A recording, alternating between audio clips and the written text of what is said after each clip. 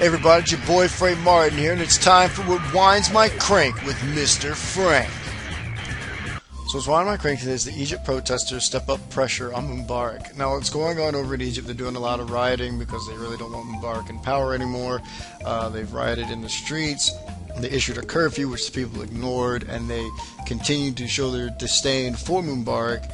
Mubarak even went as far as closing all internet channels so that they could communicate on internet, and that didn't work, and they're still rioting in the streets.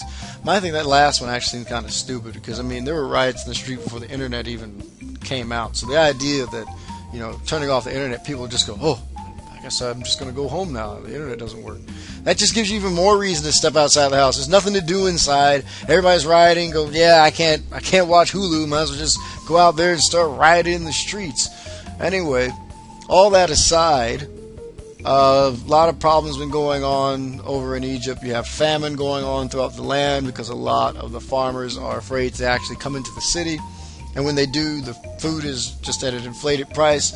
I saw one person say that he paid about the equivalent of $4 American for 3 loaves of pita bread.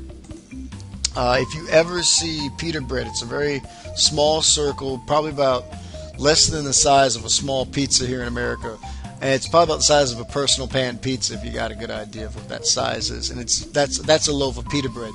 So imagine paying $4 just for 4 circles of bread. That's a lot of money. And they were telling people, the government was telling the people, oh, don't worry, there's food still coming in, there's plenty of vegetables coming in. But the citizens are saying that they're actually being starved out now, that the Mubarak is now sitting there thinking, like, oh, you know what? If we take away the food, they'll stop rioting. Well, it's gone so far that even the United Kingdom and the United States, 2 countries that used to support Egypt, are now saying that they're turning their backs to Mubarak and saying, hey, it's time for you to step down. The United States even said they'll send aid as far as to help the people and to help quell some of the fighting in the streets. On the good side, and this is like a bittersweet thing, only 50 people have died. But when you think of the millions of people out in the street and all the things that are going on, it could be much, much worse. So that is something at least to be grateful for, in the sense that it could be in the thousands instead of less than 100. So I guess you could say that's a good thing. In the end, they just want Mubarak to resign. But I guess that basically covers everything. So I guess that brings me to my favorite part of the day, which is the question of the day. Will Mubarak's leave bring peace back to Egypt?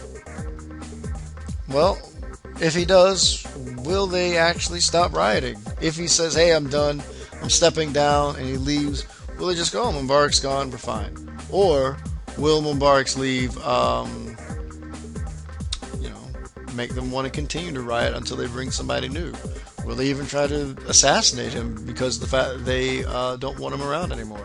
If you're on our YouTube page, or if you're on our Facebook page, just leave a comment below. For everybody that goes to mymorningjoe.com, just go ahead and right there, log in the comment section below and put in your comment. I appreciate all comments that have been put there. I ask you all to please subscribe to the channel. And my name is Frank Martin. Well, that's what. Whoa, don't go yet. Don't forget to share this video and like it too.